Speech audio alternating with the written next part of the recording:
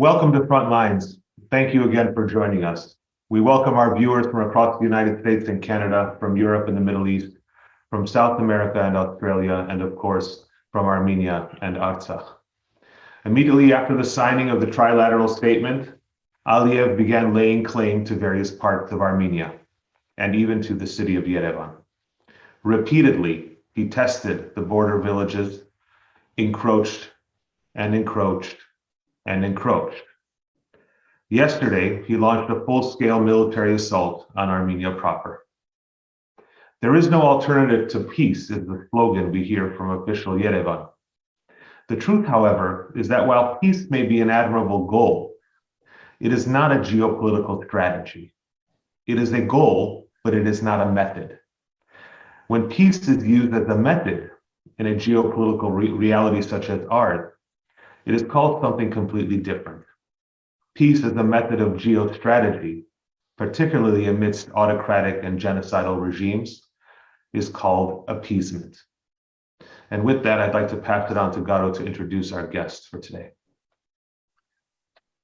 Thank you, Karnig. Հարյուր սիրելի հայրենագիտներ, Հայաստանի մեջ, Արցախի մեջ եւ համայն Սփյուռքի մեջ. Good day, dear compatriots in Armenia and Artsakh. Good evening in the United States, and blessed day for you all elsewhere in the diaspora. We are very grateful to our dear friend and colleague, the former human rights defender of the Republic of Armenia, currently professor at the American University of Armenia, Arman Tatoyan, to make time during these difficult days and hours to join us and to share with us his observations and his efforts in getting to the truth, which he has been preaching and disseminating for so many years while he was the human rights defender until February of 2022. Arman, I want to welcome you to Frontlines once again. But before we begin, I would like everyone to pause for a moment for all those brave souls who once again we found on the lines, on the front lines, and on the list of martyred Armenians in defense of homeland. And in particular, I want to say that I woke up this morning to a horrifying news of one such young Armenian,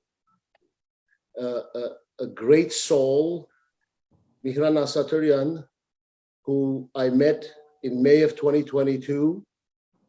I believe Arman Tatoyan and I met with him and had the distinct pleasure of spending some time with him. I met with him again twice in August in Yerevan. Arman was there for one of those meetings. And what a loss of a young man who, on his way to the front lines, lost his life. On his way to the front lines, lost his life. I've only known Mihran for about 4 months, and it has been a horrible 12 hours since I heard the horrific news. I cannot imagine the pain and suffering of Mihran Asaturian's loved ones, and all of the loved ones of all those brave souls, which now are probably in the numbers exceeding 100, God forbid, 200, and we don't know what the final count is. And that is what I want everyone to reflect upon while some of us go about our lives in the diaspora and others go about our lives in Yerevan. What is really going on in Armenia, just a few kilometers away from the capital? A moment of silence. And Arman, I would like you to begin with Karnig, our discussion for the moment.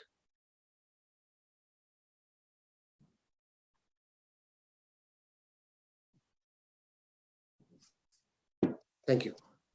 Arman, Pariyagadzis, Karnig. Arman, thank you for joining us again. I know it's been a very difficult 24, 36 hours for you in particular. If you could bring our viewers up to speed on what has happened over the last 24 hours, particularly in the particular towns and villages about which you've reported on your social media stream, as well as other sources. If you could tell us what transpired, what's the latest that you have?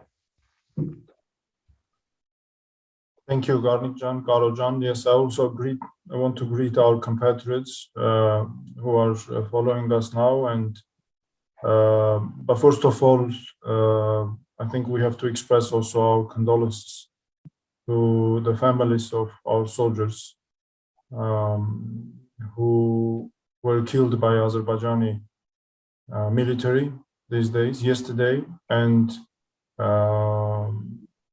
unfortunately, I have to say that this policy of hatred and genocidal policy continues, and all of these attacks are integral parts of the single chain of the policy that that Azerbaijani authorities have been carrying out for years. Whatever we have now these are just even to some extent, I would say, are not surprising, because they have been very openly speaking about their intentions. So as you know, that and all of us know, I think they have started their attacks in three directions, against three provinces of Armenia. So this is via Zor, and specifically targeting Jermuk. By the way, this is, I would say, that probably first time that they are targeting Jermuk so heavily. So we had in the past cases of different crimes against Jermuk and civilians, such as stealing cattle, such as shootings. But this is first time that they are so heavily attacking this town. The second province is Kerkonian. Kerkonian has been under attack, and again very heavily. So they were targeting specifically villages like Sotk, Norabak, and Kut. So these were the most kind of subjected, the villages that were subjected to attack the most. And we had also, and of course, these are the itself community of Vartenis, because these are parts of Vartenis community, these villages. We had attacks since the very moment, even the very first moment, I can say, attacks against Unic. Here we have both Goris and Kapan communities, and also Tech community. So here we have three communities: Tech community, Kapan community, and Goris community. Sisyan community also was under attack, I have to say. Here we have, in Sisyan community, here basically we have from the side of Ishkhanasar. And in Kapan community, we specifically had tensions, I would say, and shootings and fire in the direction of villages Nerkinhand, Sarashan, and Shikahov, and Tsav as well, by the way. So this is from Kapan community. And Goris community also was under attack, specifically, for instance, village Verishen, which really suffered a lot. And I also published a video. The owner of that house sent it, the resident of the village sent the video to us. And I have to say that since there is trust and in the public, people trust us definitely. Because we had this experience of working with them, so we received lots of information about what is happening, what is going on there. The evidence clearly proved that Azerbaijani military is specifically targeting civilians. This is, apart from attacking military positions of Armenia, because they do so, and they already published their so-called videos of destructions that they did with these Bayraktars, because apparently they are using these Bayraktars, rocket artilleries, large caliber weapons, not only so different types of weapons. And apart from targeting military positions, they are targeting specifically civilians and civilian houses. For instance, village Verishen, if we take it, there are no kilometers of the village, there are no military units, there are no military any military thing, you know, that could have a relation to any military thing. So it means that definitely they are targeting civilian houses and civilians. And apparently they see, right, that there are no military units. Yeah, we have some places, for example, Sotk, we have there a military unit next to the Sotk village, not far from Sotk village, let's say. And yesterday, several times, they targeted this military unit, Zoramas. But the village also was under attack very heavily. And if we take village, Karnig villages, Kut, Norabak, there we do not have military units. So the purpose is very clear. And so these are exactly those places. By the way, what is the interesting thing? That Azerbaijani military is also attacking these villages from places where they invaded in May 2021. This is very important to underline. So that their locations are illegal. They have no grounds at all, because they appeared in the vicinity of our villages, around our borders, as a result of war crimes in the after the 44-day war, right? So their locations are based on the war crimes. They're based on their genocidal policy and on the blood of Armenian soldiers and our nation, not only Armenia but also Artsakh. Apart from that, they are attacking from the locations that they invaded, where they invaded. So this is starting from Kerkonian and ending up with Syunik. This is also very important to highlight and to underline. So because their locations are not, you know, an end in itself, they had specific purpose. Because from the first moment when they appeared, when they invaded Armenia, we have at least 4 cases of incursion. They started to control very strategic places. Not only, you know, having under their control towns, cities, but also such strategic points as water resources, for example. And villages of Kerkonian also depend on them, because some villages even do not have water, even drinking water. It is from May 2021. I myself, in person with my staff, several times or many times, we visited these villages, and we highlighted at the time already what are the sufferings that they are causing to our civilians. You know, this was total destruction of civilian life, and now you see that they are continuing with these heavy attacks. Arman, if you don't mind me interrupting real quickly, I think if I'm not mistaken, you've published specific images showing from your previous, at the time when they made the encroachment into certain areas of Armenian sovereign territory, you had undertaken investigations and reports and actually identified through visual images exactly what heights they had taken. And you're saying that they are using those heights today to make the attack that we witnessed over the last 24 hours. Exactly. And I have, at that time, on the Google map, we identified all their locations, every location. So can you imagine, this is such a difficult work that even some, I don't know, security services, I don't know whether they do it or not, but, you know, we publish these locations, and I'm so confident that these locations are accurate. And we were saying at the time that our main purpose should be the removal. Because let's take one example. So Kapan-Chakaten road, we have in Kapan, several roads are blocked by Azerbaijan, and the main road that connects Kapan with 5-6 villages is the Kapan-Chakaten road. Mm-hmm. So this road was blocked by Azerbaijani armed forces in November last year. And you remember that Armenian authorities started to build so-called alternative road because the main road was blocked.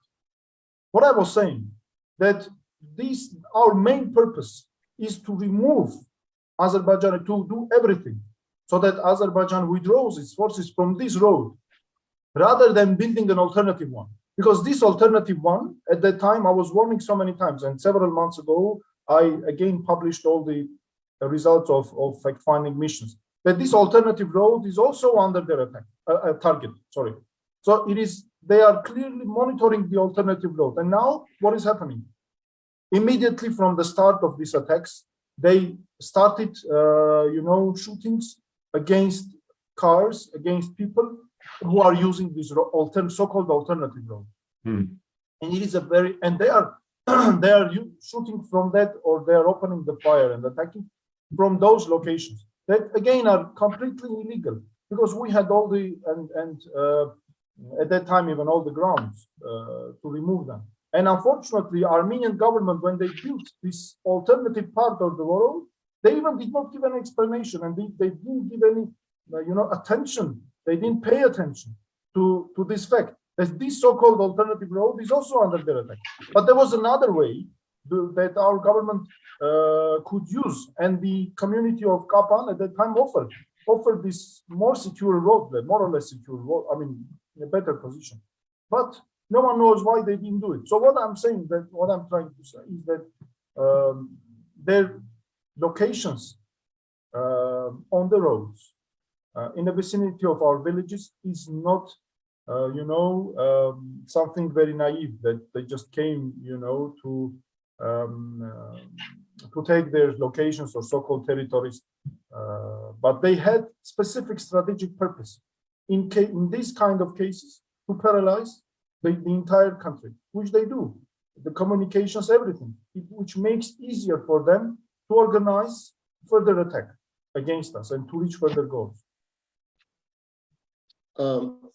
Arman, those of us who follow day-to-day turn of events in Armenia remember very well, as do I, your alerts going back to May of 2021.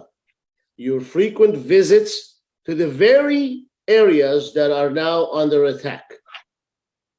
And we remember the not so concerned reaction, if at all, by the powers that be at the time. But we have what we have today. They came into these areas, you went there, I remember they stopped you and they demanded to take the camera from you and your staff, but they stayed there, and from where they stayed for over a year within sovereign territories of Armenia, they now have advanced further and they are shelling civilian communities, residences, and not just military installations. So the question I have for you is, now what? Now what?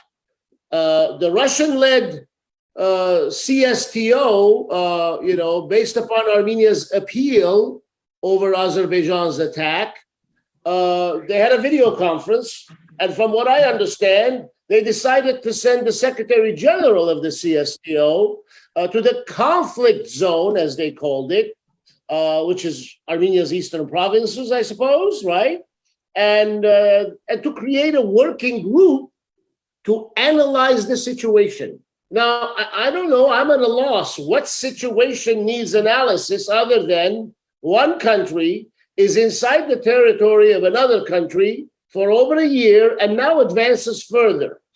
At what point do you think the CSTO is going to be effective? Is it going to be effective? And if not, who's going to be effective in preserving world order among nations? Is that ever going to happen? United Nations, EU, or do we start with CSTO, and where do we go from here? I know this is, perhaps somewhat political in its context, but on the ground, what is your sense? Is there going to be a ceasefire that's going to hold, or is it going to be ceasefires not observed, if they come about, until Azerbaijan gets what it wants, like it got what it wanted in 2020, and then some?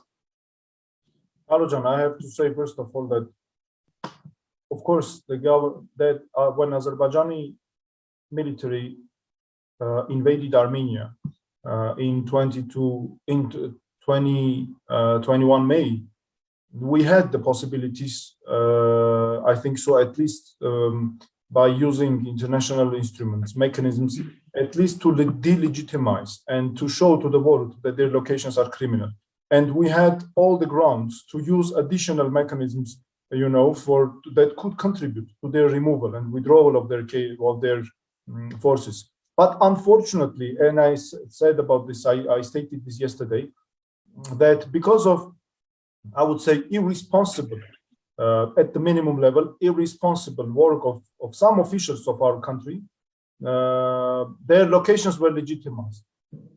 At the level of Vice Prime Minister, members of the parliament of the ruling party, some other officials started campaigns of a series of campaigns of irresponsible statements, claiming that our roads are secure, that locations of Azerbaijanis have cause no problem to us, that these are their territories. They are located in their territories. We cannot do anything about that. There is no need to apply to me anywhere. And all of these things apparently contributed to strengthening the position of Azerbaijani armed forces. But why they were doing this? They were doing it for, I'm confident, for their political or maybe also personal interests, because they didn't want at that time to cause anger of the public, of the society against them. So this was apparently political purpose, but harmed a lot security of our country. So and at that time we were warning about it so much that their locations are illegal, that they will use definitely these strategic locations to hit our country and to paralyze it. Now, when it comes to your observations, of course, there is no need to make any, investigation or whatever, because all evidence is very clear and there is an open aggression against Armenia, against our country, sovereign territory. By the way, again, from places where Azerbaijan invaded our sovereign country. So these are also territories of our sovereign country from where they are attacking us as well. By the way, just as a piece of information, today the UN Security Council meeting should start based on the application of France. I very much hope that these developments would contribute and would help to have the ceasefire. But what I want to say, from the very beginning of Azerbaijani invasions, I was all the time urging and requiring from Armenian government to use also not only political military instruments, but also human security and human rights instruments. These are very important things. And I was all the time saying that if you do not use them, you have then, everything discussed under this political military roof, so to say, which is very dangerous, because these mechanisms, such as this organization that is sending now its monitoring mission, HPK, right, is not in a place to discuss human security issues. You cannot take to them problems that your civilians have no possibilities to use their lands. They have no possibility to earn income for their families. That their civilian life is disrupted completely. That human security or human dimension requires withdrawal of Azerbaijani armed forces. But when it comes to human dimension internationally, I have to say that there are many international mechanisms that focus on this attention. On this, it is possible to have their attention, and there are mechanisms that I'm sure, I'm confident we could use them. But unfortunately, we destroyed all the possibilities. Now we are only under so-called political military dimensions, which is a huge problem. If we applied to this mechanisms, now we would have more evidence to use in our applications to be submitted to UN Security Council, to other organizations, but not only, being in a position to have to stick only to these 2 or 3 organizations. It was apparent, right, that we have their members even, that have better relations, like they are openly stating with Azerbaijan rather than with Armenia. So that is why, especially for small countries, international mechanisms are so important. But all the evidence, unfortunately, there was no proper attention to this evidence. I would say even no steps towards using them. Even I have to say more. There were many cases when this evidence was not just fixed by certain officials, and it is all the way around. It was, I have to say that it was all the opposite. Even many officials were denying these violations, which now we could use them. So that is why my coming to the end of this, your question, let's say, as my final answer, I would say that now we are, of course, this. I don't understand why we need this investigation or monitoring missions, because everything is very clear. But on the other hand, we didn't prepare. We are not prepared, for other mechanisms, because we did not use them properly. We did not launch them properly, which we could do, and I think we should have done it. We had all the grounds, unfortunately.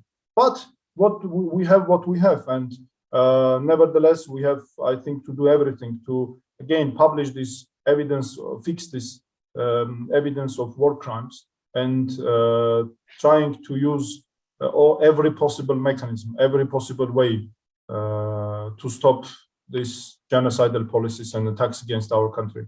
Arman, as you were speaking, I was remembering something particular from your reports during the 44-day war, particularly in Vardenis, where the issues of loitering munitions and loitering drones were at issue with your group, with your working group as well, where you were under surveillance and then attacked.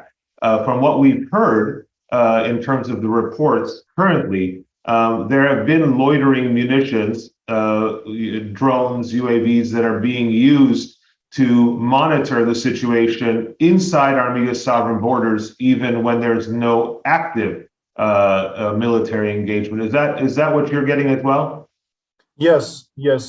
And there were even videos and evidence coming from people that Azerbaijan is actively using these drones, apparently for monitoring purposes. Like there were several videos and information related to Sunik, to Kerkonian especially. So these are the main two parts. In the part of Jermuk, there was people also saw these drones and UAVs. Well, apparently, the Azerbaijan is collecting information about the location of our military, and they know by heart. They know by heart what is happening, what we have. And I have to say, Karnig, more. Even I think that there is no need even for them to collect information through UAVs, because they have their positions are so strategic in Sunik, in Kerkonian, especially in Sunik, that they have any information that they need. This is the problem, and they are monitoring not only the roads, they're monitoring not only villages and cities, like for example Kapan or Goris, but they're monitoring also movement of people even, and movement of cars, of goods. Because for example, I can bring just one example. If our compatriots remember, when they blocked the road Vorotan Goris, there is a building that belongs to an Armenian citizen, but we have the location of Azerbaijani military position in that building. It is next to Vorotan village. I was in Vorotan in the houses of residents personally, and I have to say that we could see very easily from there that Azerbaijanis military is monitoring houses, monitoring people through video cameras that they have installed. So you see, so many ways that they have, and so many possibilities they created for themselves to monitor. Even personal data. I'm sure they're using such equipment that they can easily have even personal data, which is of course illegal, criminal, because this is against any regulations. And they gather this information not only about locations, but also this even personal data for their genocidal policies, to commit war crimes, to create better grounds for the efficiency of their criminal activities. Arman, I'm old enough to remember a time when Armenia and Armenians were very proud of the fact that the homeland can defend itself, can defend and be the guarantor of the security of the Armenians of the Artsakh Republic, and hold its own.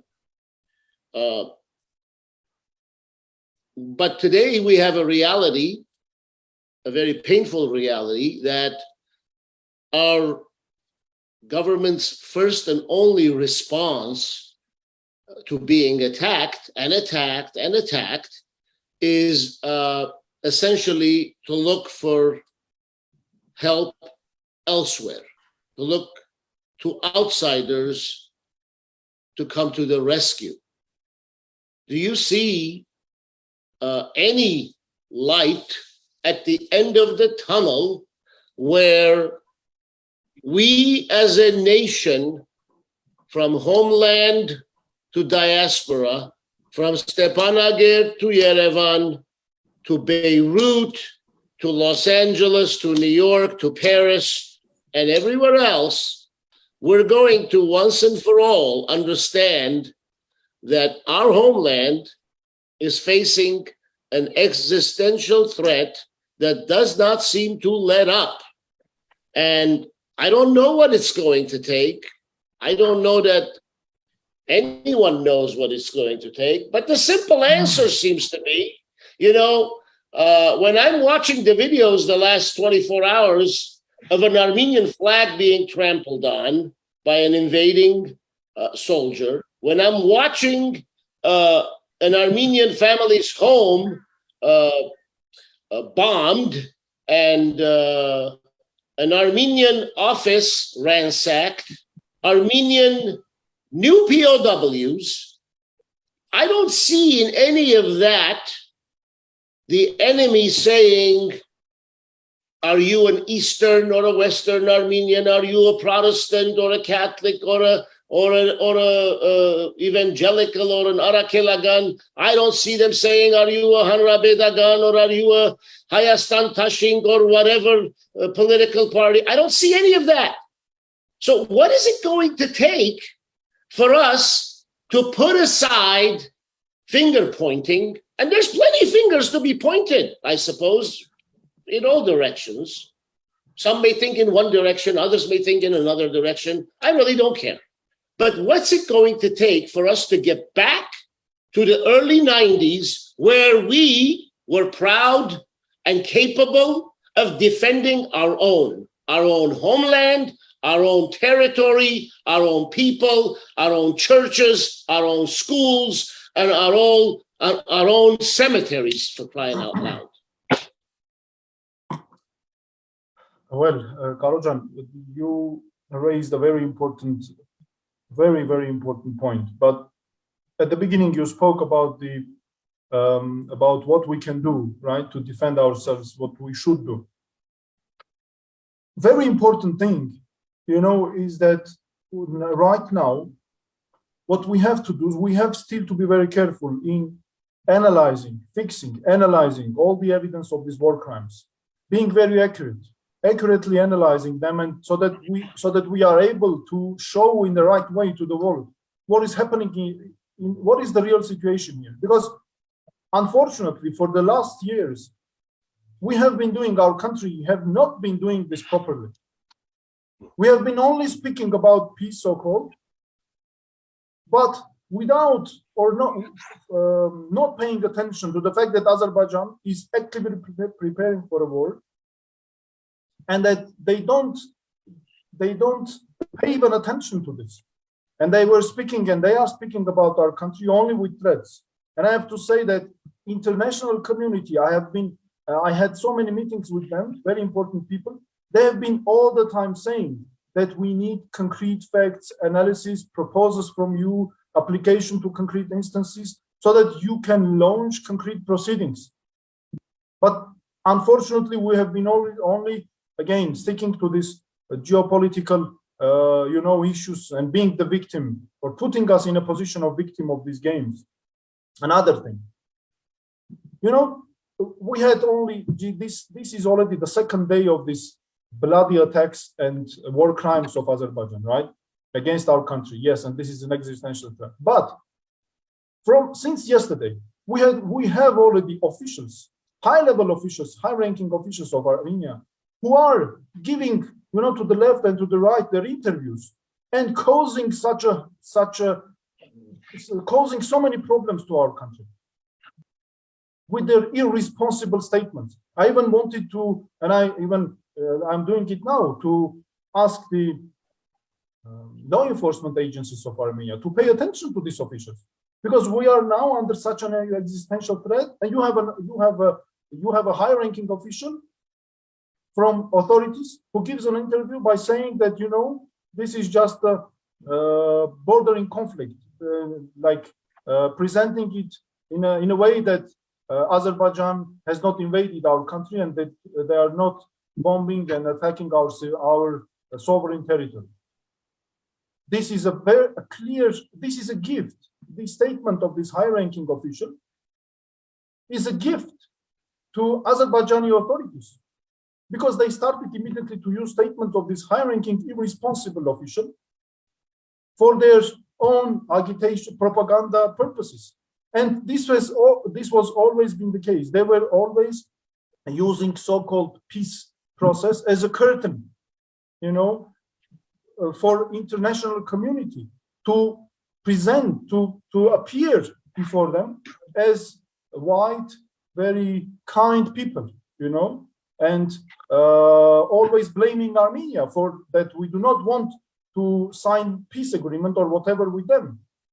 So we have to be careful, and we have also, to be very, well, not only careful, but to do things accurate and not allow even these kind of people, these officials, to cause problems to us and to our country, because we are, yes, facing such an existential threat.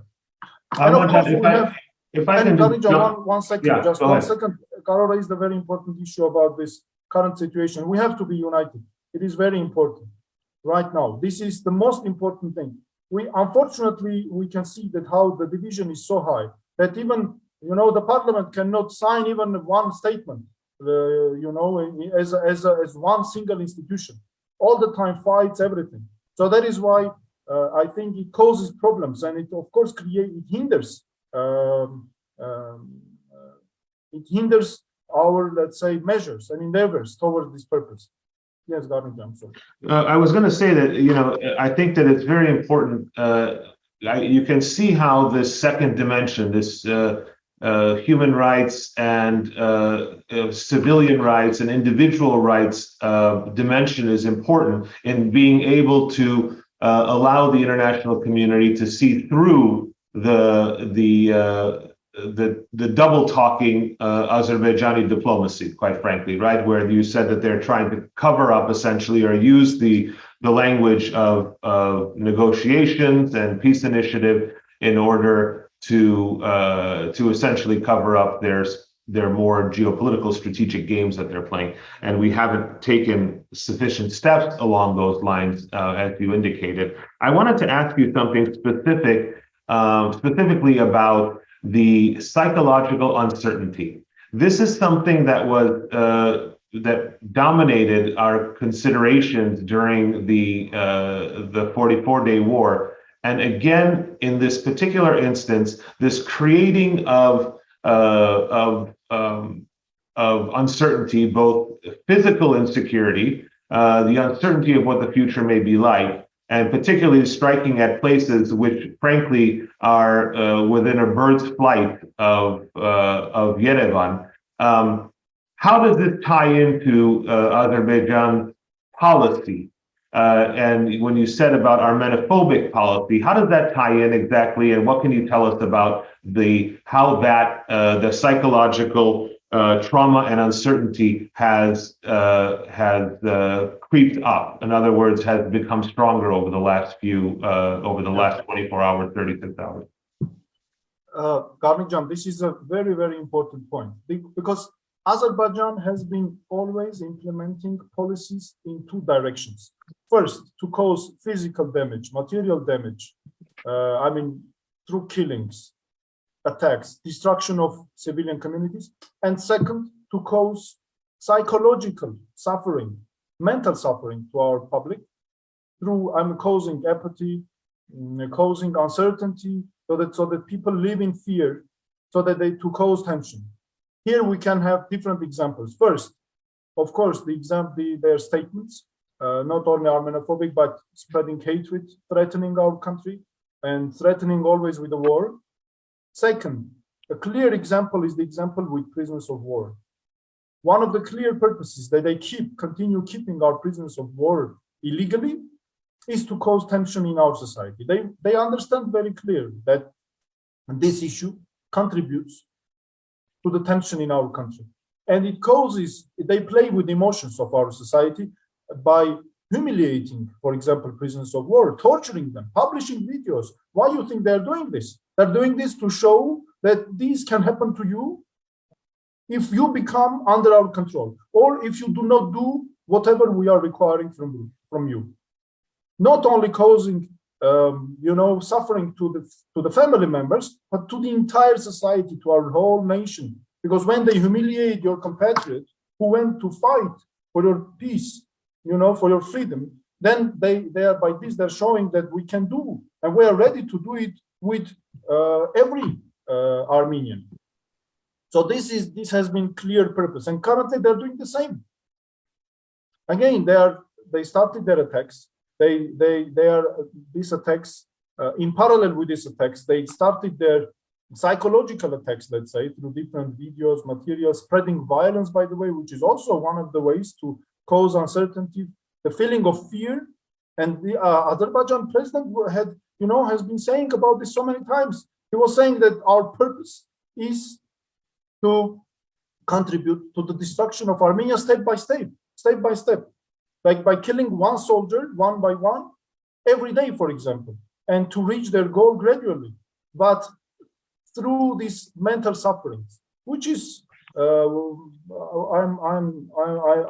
saw this so many times when they humiliate Armenians, when they see also psychological suffering, mental suffering.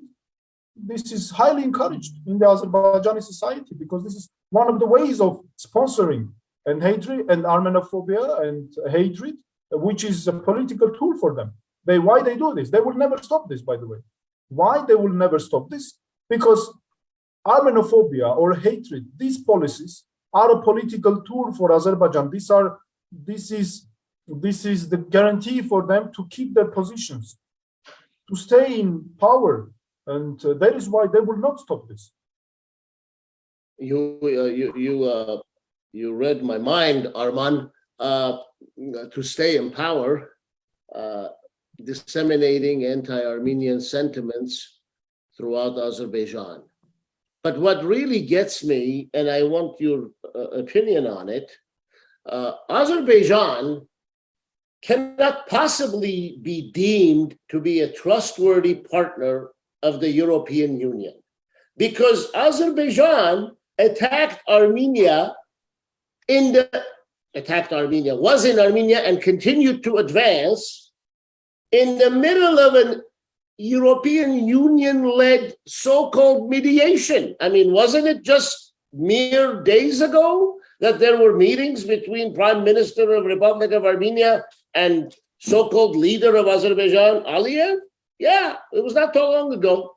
So if that is not a slap in the European Union's face, I don't know what is. And without putting this tyrant on check, Aliyev is clearly going to continue as he has his might makes right policy. I have the power. I have a superior military. I'm in an advantageous position. I sell oil to Europe. My big brother Turkey is buddies with the United States. and I'll get away with it. And you know, it pains me to say this as an American. I blame the United States of America. Hell yeah, I blame the United States of America. You don't go recognizing the Armenian genocide and then turn around and waive the 907 limitation and sell arms and do all kinds of shenanigans with Azerbaijan, you being the United States. And you do that, and you talk about democracy and a beacon of democracy and a protector of democracy around the globe, and you allow Azerbaijan, an authoritarian regime, to go slamming a democratic republic and its people within it. I don't know, you know, I get it that there are people in the homeland who are very keen about Armenia looking to the West for allegiances. I don't say Armenia should look to the West or East, South, or North. I say Armenia should look within, should get its act together. We should get our act together as Armenians globally and take ownership of our homeland if we want to have a homeland. What are your thoughts about all of this? Well, Barojan, one thing is very clear. There are geopolitical processes, games around all these issues. And unfortunately, they affect our interests very negatively, very negatively. Here there are many or different factors, starting from political interests, as you said, EU, for example, with Azerbaijan, such as gas supply and different other things. But what is the main problem? You know, there is something very important that we very often we do not discuss it, or we do not pay proper attention. It is very clear that during these meetings, for example, with the EU, if we turn now to Artsakh for a moment, to Artsakh issue, the right to self-determination, or the rights of people of Artsakh is not discussed, or Azerbaijan is also. This is their clear policy. They also want this, and they push international community. They not let's say they push their agenda in the international community. But I have to say that everyone forgets that Azerbaijan as a country is full of total violations, systemic violations of human rights. It is not even possible to have to speak any human rights when it comes to Azerbaijan. Everyone knows this. International community knows this. Then how they can tolerate or afford, or let me put it this way, how we can afford ourselves, to have any Armenian under their control, because this will mean immediately killing, destruction. This is so deeply rooted in this country. I'm not right now targeting itself, the nation, but I'm now saying that this has been the policy sponsored by the authorities of Azerbaijan, highly encouraged by public figures, and of course being implemented by military. And we have to be very careful with this. We have to do our homework properly. We have not only for the just to work for outside world, to trying to find anyone who can protect us, but we have to be careful ourselves. We have to gather all this evidence, to document them, to do our homework properly, to use international mechanisms properly. So that we can have also possibilities for ourselves to develop, because Azerbaijan is also using them. They have announced it so many times that they will not allow Armenia to advance, to develop. And they are, I think, through these actions, they're doing whatever they were announcing. But on our side, unfortunately, we were not paying attention to this, only being guided by some general political, interests, and that's it, without using all these concrete mechanisms, that would allow us to advance and to develop our country as well. Get stronger in this sense.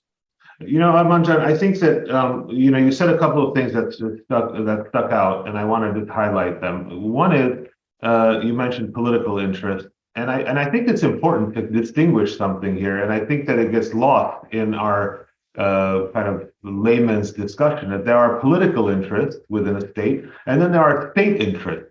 In other words, the state itself is the thing. Yes, the government runs the state, but in terms of a long-term development of some sort of state strategy as to how we're going to go about that path, I think it's really hard, isn't it, to be able to identify where our state interests as the Armenian Republic have confluence with various other states. These states are we're assuming that human rights is a material interest of states, perhaps in the long term.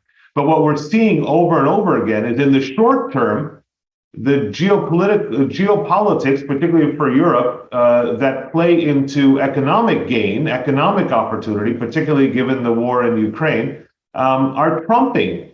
In other words, they are ending up more important at a particular moment in time. So I think there's two things here. One is to convince international players and foreign states that we do share interest, that there are vital elements to what Armenia has to offer that is aligned with whether it's Europe, whether it's whatever state it is, particularly in the security structure issue. But the second thing is that we have to convince them that there is long-term damage to allowing a regime like Aliyev's to constantly, and I come back to the word that I used at the beginning, appeasement, that Europe and these the foreign states are allowing this type of behavior, and it's not just a geopolitical issue, but there's a longer term issue here, and that is allowing a regime like this in order to not only strengthen itself, but worse, to propagate its ideology, which is akin to strengthening Hitler or a Nazi regime into propagating issues of hatred. And we see, for example, in the Nazi scenario, that affected not only Germany, but it affected in the entirety of Europe. And this is a point that I think that we don't communicate well enough to say, look, there is a state-sponsored policy here, and it's being carried out sometimes in fast motion, like over the last 24 hours or during the 44-day war, but sometimes it's being carried out in slow motion, but it is still being carried out. How do you tell that story, Arman, and what are we doing wrong? I remember the report that you were involved in preparing it in 2016 regarding Armenophobia. This is now a 6-year story that we are seeing carried out in steps. And as the regime in Baku said, step by step. There is nothing there are no surprises here. What is it that the world is not seeing in terms of appeasing a dictator, an autocrat, who has no concern whatsoever for any Western values, quite frankly, other than money, and is allowing this thing to propagate? What are we missing? What is the formula that is not being communicated properly? Well, Garo, we have to have in mind that Azerbaijan is also very actively working with the world, right? And their hatred policies is very often seen, it is very accessible for us. We see it, but it doesn't mean that the world also sees it. I mean, or maybe they see it, but they do not want to show that they see it, let's say, because they have political interests, economic interests, I don't know. But Azerbaijan is also working very actively. They invest a lot. They use huge resources in this sense to present things in of course different ways, and moreover they present to the world that we are fascists. Armenia is a fascist country. We have their Azerbaijanophobia and whatever, and moreover they're even claiming that this is sponsored by our government, which is not true. Of course, you will never find a single Armenian government ever that could sponsor Azerbaijanophobia, let's say. This is not true. Moreover, they are convincing the world that Armenia is a Islamophobic country, that our governments or state or nation generally is Islamophobic, which is also not true, of course. It's false information statement, because Armenians have been living with so well integrated with in Islamic countries, with Muslims, which is very important. I have also a special report about this. But what we have to do, of course, in order to fight with all this propaganda, because they are also doing the same, but they are using false information. We have all the reality here, the right information. The truth is here, but unfortunately we do not use them. We have to be very active here, more active, to using to the world what is happening in reality. And we have to use that this is an ongoing policy. All these war crimes, they are not separate actions, right? They're not separate acts. These are policies. These are parts or consequences of this single policy, of this single chain. So we have, yes, you are right when you refer to the 2016 war, because basically this was the same what we had there. Again, the basis was the same. The policy was the same. But I have to say more that after the war, of 44-day war, even it got worse, because Azerbaijan felt that they have now the results. Now they in euphoria, let's say, they can reach more. And consequently, they started to spread this hatred more openly, let's say. Again, giving us the possibilities, on the other hand, to show to the world what is happening. But unfortunately, we are not doing it in the right way, I have to say. These are what we have to, what we are doing is very episodic and not a comprehensive thing. Moreover, we have also to show to the world that this policy is also dangerous for them. Why? Because it keeps the two nations, the atmosphere of tension and animosity between two nations, right? Which are worldwide. I mean, there are different countries with Azerbaijani and Armenian communities. And very often during these tensions, there are conflicts between these two nations, these two communities. And Azerbaijani paramilitary groups in different countries are attacking Armenians, for example, which is a dangerous thing for other countries as well. This is a threat to the stability of these countries. We could see during my last visit to US with Garo, we went to San Francisco, for example, and we could observe ourselves that Armenian school was under attack. Armenian church was set on fire by Azerbaijani groups that are controlled by their government, by the way, which is also the difference. If in the Armenian case, our organizations are guided by, these ideological principles of protecting our nation, the existential threats, etc. But in case of Azerbaijan, they have their government-controlled groups that are acting based on the instruction of their government. So we have to show to the world these very important nuances as well, so that they can see what are the threats for them as well, if they continue encouraging, let's say, this country. Arman John, as we're coming up on the end of the hour, I wanted to reflect on something you said and ask a question. You said, they are contacting us the last 24, 36 hours. And I know you are referring to many of the community leaderships of those towns and villages that are under attack.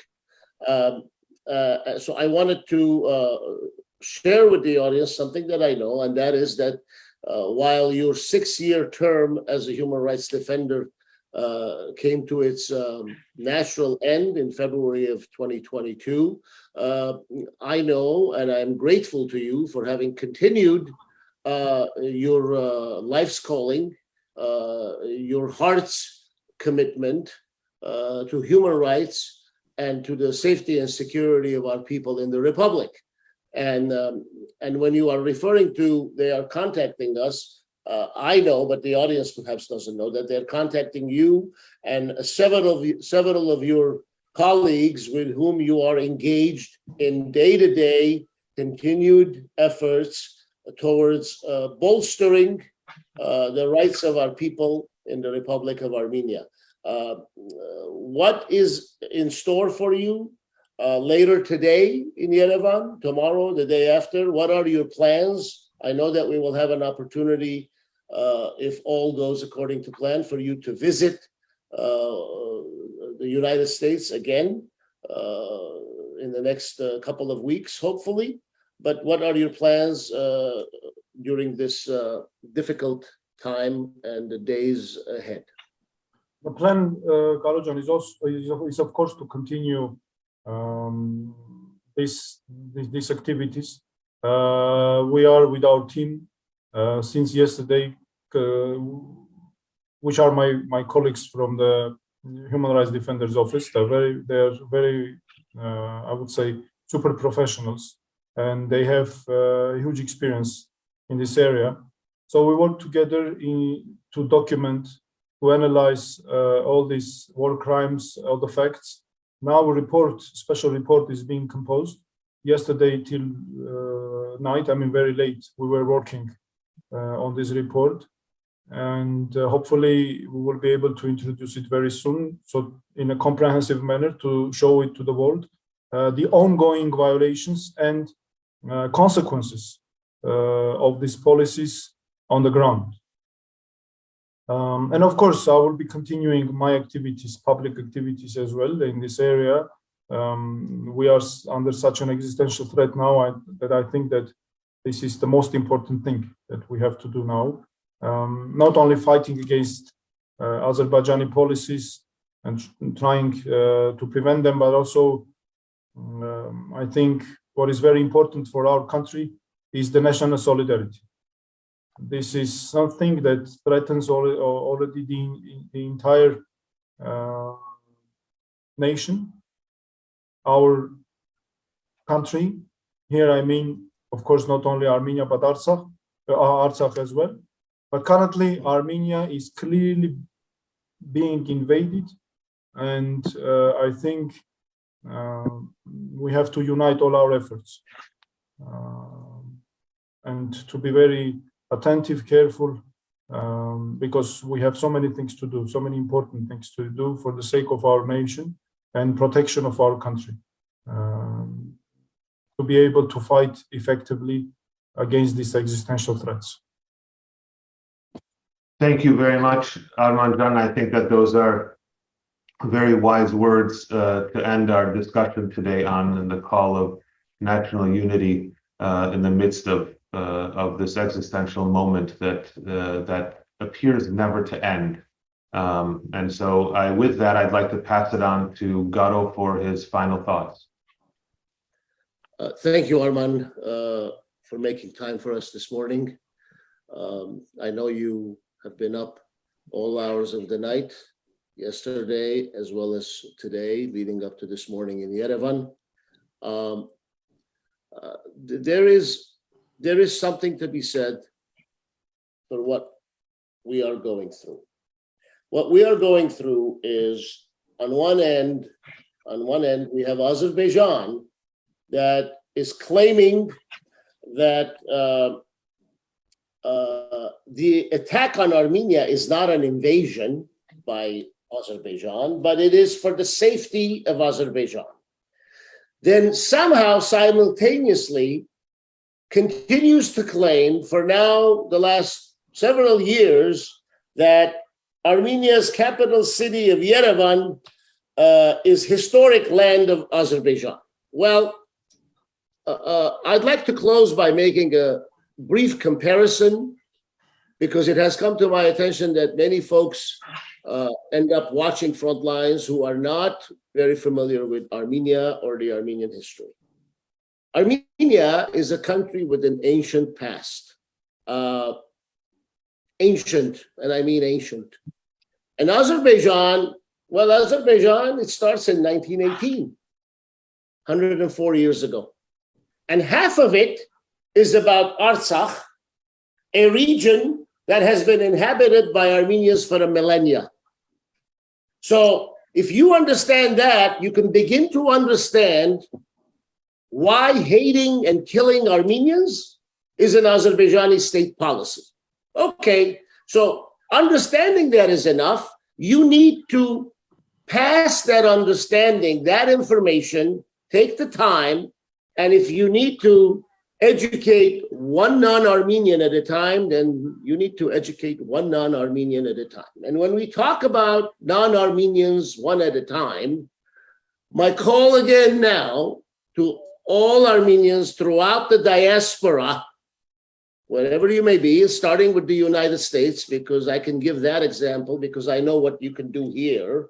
I don't know what you can do in other countries specifically, is, for example, if you're in the United States, express your concerns regarding Azerbaijan's latest attacks beginning September 12th and now still ongoing on Armenia.